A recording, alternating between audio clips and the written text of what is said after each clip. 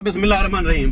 जी sir. मैं पूछता अपने प्यारे दोस्त प्यारे भाई सफदर मनीष साहब मेरे नाल मौजूद हैं। टिब्बा सुल्तानपुर इन्हां दा शनाख्त उत्थे पुछण दी लोड़ के नहीं। टिब्बा सुल्तानपुर सफदर मनीष दा नां चलदे सिक्का राज उल वक्त चलदे। मेहरबानी जनाब मैं मेरे नाल आज सफर करेंदे पिन। मैं इन्हां कोल पुछया मैं कि ये दसो भी मुनाफिक मुलाजिम को किवें हैंडल करने, थोड़ा तजर्बा ज्यादा है। तो लाला सफदर दसे सी भी जेड़ा मुनाफिक मुलाजिम है जेड़ा डबल क्रॉस करेंदे जेड़ा तो नुकसान पहुंचांदा पे तो को पता लग गए तो को खुटका है कोई सबूत उनके खिलाफ मिल गए तो उनको हैंडल किवें करने, उनके किते क्या करने दसो सही। शहजाद भाई मुनाफिक हुंदा है वो चाहे दोस्त होवे या मुलाजिम होवे। मुनाफिक जे खामी को मुनाफिकत करेंदे, अगर मुनाफिक को तुसा मुनाफिकत दा जवाब देंदे वे तो वाली दा मतलब है तुसे मुनाफिक बन देवे। मुनाफिक को मुनाफिकत नाल जवाब नहीं देना चाहिए। मुनाफिक जेड़ा है ना जी उको मुलाजिम है या वो जेड़ा है मुनाफिक दे विच हुंदा है एक अच्छे इंसान दी खूबी है कि उहदा जेड़ा पुराना दोस्त सी ना उहदे नाल रासी, पुराना मुलाजिम सी उहदे नाल रासी, उहदा जेड़ा कारोबारी पुराना शरीक सी उको नाल रखे सी। अगर कोई दोस्त की खामी है तो कुछ छोड़ना नहीं, कोई मुलाजिम की खामी है कुछ छोड़ना नहीं। अगर एक कारोबारी है तो रेड़ी लेंदा आई तुसा फैक्ट्री तक पहुंच गए को नाल ही रखी वदे लेकिन उनकी औकात रेड़ी वाली है वो फैक्ट्री दवान के तुरंत मुनाफिकत करे सी वो कुछ छोड़ना नहीं। फैक्ट्री जवान के एक अच्छा बिया दोस्त ले लेना है उनको रेड़ी तक ही रखना है। ठीक है। जेड़ा मुलाजिम है वो तुरे नाल एक ऑफिस वर्क कर रहे तुसा को लेके उतलिया मीटिंग पहुंच गया वे सियासी बसीरत को डेरी थी लेकिन उनकी औकात थोड़ी है तुसा को ज्यादा डेरी थे। ठीक। उस बंदे कोई खामी क्या नहीं तुसा उको उस तो ज्यादा दे देता। जिवें एक मोटरसाइकिल इंदी कैपेसिटी के 60 से चलना है तुसा मोटरसाइकिल ते जितना एंजॉय कर सकते करो लेकिन ज्यादा एंजॉय करने वाली छोटी कार लाओ।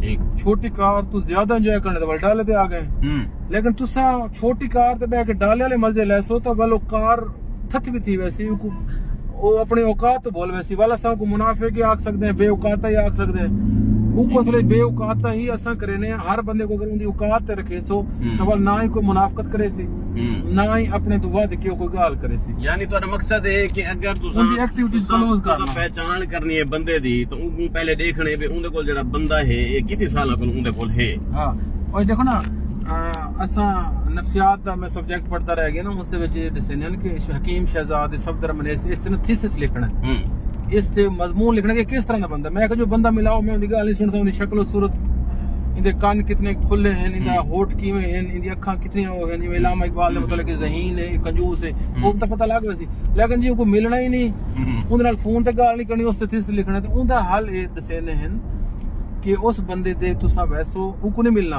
उनके घर वणो उनके नाल ना जेड़ा कारोबार करेंदे पुछो भी कदन दा करेंदे बहुत बंदे दा जेड़ा उसने उसने जी मैं हुन 3 महीने थैन शुरू थिया उनका नौकर मैं सी होना आया खान साहब को उनका दोस्त मैं सी 6 महीने तो दोस्ती लगी है यानी उनका पुराना उनके डेरे ते उनके घर उनकी डायरी दे कोई पुराना नंबर ही ना हो सी उस बंदे को रिश्तेदारी करेंदे हुए बचना चाहिए उस बंदे नाल दोस्ती लेंदे हुए बचना चाहिए। अच्छा भी है कि जेडी फेस दी है ना शनाख्त उनकी पिछली तस्वीरां देखो अगर एक बंदा क्लीन शेव 20 साल पहले आई तो वैल्यू 20 साल बाद ही क्लीन शेव है तो उनकी शख्सियत वो चेंजिंग कोई नहीं मुस्तकिल मिजाज। हाँ कुछ बंदे मुच्छा इन रख ले ऊंची ऊंची दाढ़ी रख ले वल आसो तो मुच्छा तले हो दाढ़ी कहनो सी वल मुच्छा मुना के। अच्छा कई बंदे बड़े बड़े वाल रख ले डिजाइन बनाई डिजाइन अगली दफा आसो वाल की कटिंग थई वदी मिसाल तुसा उस बंदे को डिठा ना मैं तो 15 साल पहले जिवें डिठा अजू में बैठे ठीक है ना कपड़े में पहनदे हुन कह बोले तुसा को पैसा आ गया तुसा पैंट शर्ट शुरू कर दो यो ड्रामेबाजी वालो आवे तो वाल तुसा सिर्फ शर्ट ये मिसाल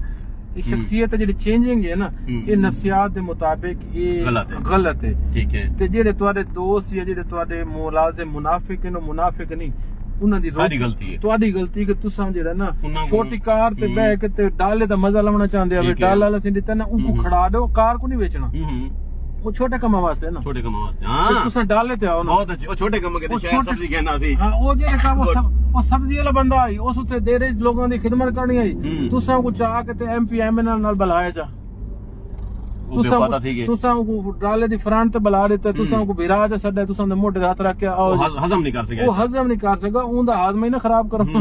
ठीक है उनदी हाथ ते रखो उनदी हाथ ते रखो। आई लव यू मेहरबानी शुक्रिया थैंक यू।